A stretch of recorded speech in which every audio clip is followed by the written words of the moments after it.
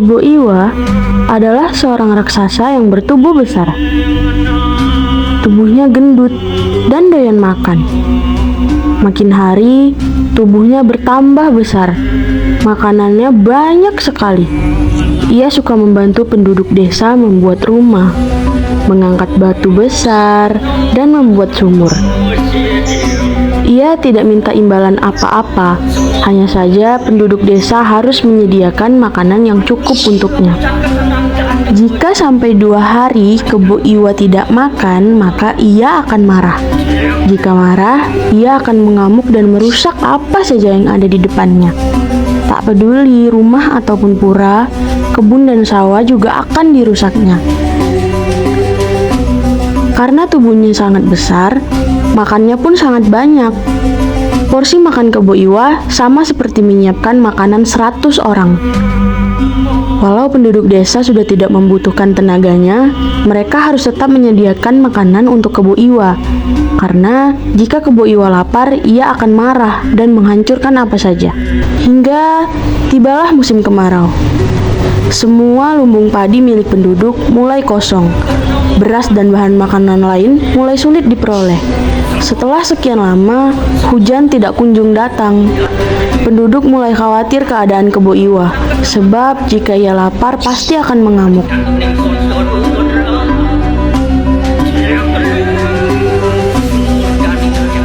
Benar saja kekhawatiran penduduk. Suatu hari, Kebo Iwa merasa lapar, tapi makanan belum siap karena persediaan penduduk sudah habis. Jangankan untuk Kebo Iwa, untuk mereka makan sendiri saja sudah tidak ada. Kebo Iwa pun marah dan mengamuk. Ia menghancurkan rumah-rumah milik penduduk. Pura sebagai tempat ibadah juga tak luput dari amukan Kebo Iwa. Penduduk melarikan diri ke desa tetangga. Tapi Kebo Iwa terus mengejar sambil berteriak-teriak. Mana makanan untukku? Atau kalian lebih suka kuhancurkan? Kebo Iwa semakin ganas. Ia tidak hanya menghancurkan bangunan, tetapi juga memakan hewan-hewan ternak milik penduduk.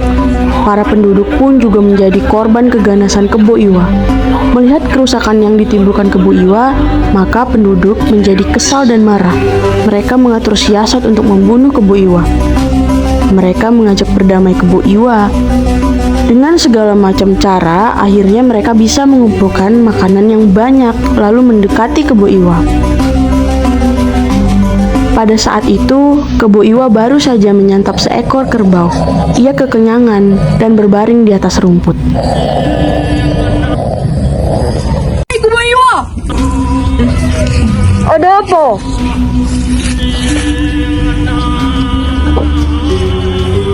Mau apa kalian mendekatiku?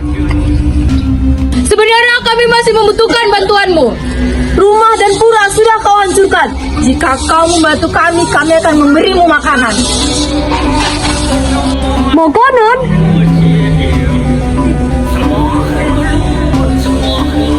Aku setuju. Mari ku bantu kalian. Tapi kau juga harus membantu kami membuat sumur yang besar. Karena kebutuhan air di penduduk semakin meningkat. Tidak masalah. Aku akan membuatkan untuk kalian. Kebo Iwa senang, tidak curiga sedikit pun. Keesokan harinya, Kebo Iwa mulai bekerja. Dengan waktu yang terhitung singkat, beberapa rumah selesai dikerjakan oleh Kebo Iwa. Sementara itu, para warga sibuk mengumpulkan batu kapur dalam jumlah besar. Kebo Iwa merasa bingung, mengapa para warga sangat banyak mengumpulkan batu kapur, padahal kebutuhan batu kapur untuk rumah dan pura sudah cukup. Mengapa kalian mengumpulkan batu kapur begitu banyak? Setelah kau membuat membuatkan kami rumah dan pura, kami akan membuatkanmu rumah yang besar dan indah. Ho ho ho ho ho ho ho. Ho ho ho ho ho. Bagus bagus bagus. Ho ho ho ho ho ho. Kebo Iwa sangat senang mendengarnya. Tak ada sedikit pun kecurigaan darinya. Ia semakin semangat membantu warga. Pekerjaan ini membutuhkan waktu yang sangat lama dan tenaga yang cukup banyak. Kebo Iwa menggunakan kedua tangannya yang besar dan kuat untuk menggali tanah sampai dalam. Semakin hari, lubang yang dibuatnya semakin dalam. Dan tubuh Kebo Iwa pun semakin jauh berada di dalam tanah. Tumpukan tanah bekas gali anyang yang berada di mulut lubang pun semakin menggulung. Karena kelelahan, Kebo Iwa berhenti untuk beristirahat dan makan. Suara dengkuran Kebo Iwa terdengar oleh penduduk yang sedang berada di atas sumur. Akhirnya, para penduduk segera berkumpul di tempat lubang sumur tersebut.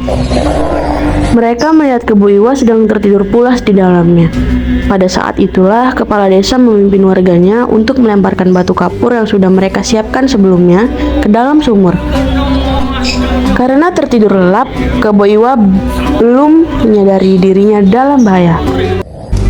Ketika air di dalam sumur yang bercampur kapur sudah meluap dan menyumbat hidung Kebo Iwa, disitulah raksasa itu baru tersadar. Meskipun memiliki badan yang sangat besar dan tenaga yang sangat kuat, ia tak mampu melarikan diri dari tumpukan kapur dan luapan air sumur yang menguburnya hidup-hidup. Oh, tidak.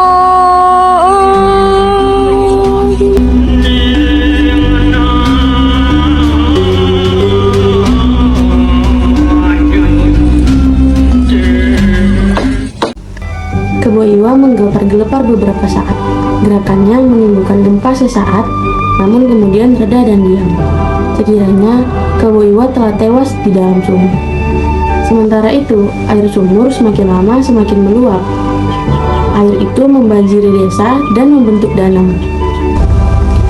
Danau itu dikenal sebagai Danau Batur. Sedangkan timbunan tanah yang cukup tinggi membentuk bukit menjadi sebuah gunung dikenal sebagai Gunung Batur. Demikian cerita yang berbentuk legenda ini. Sekian, terima kasih. Wassalamualaikum warahmatullahi wabarakatuh.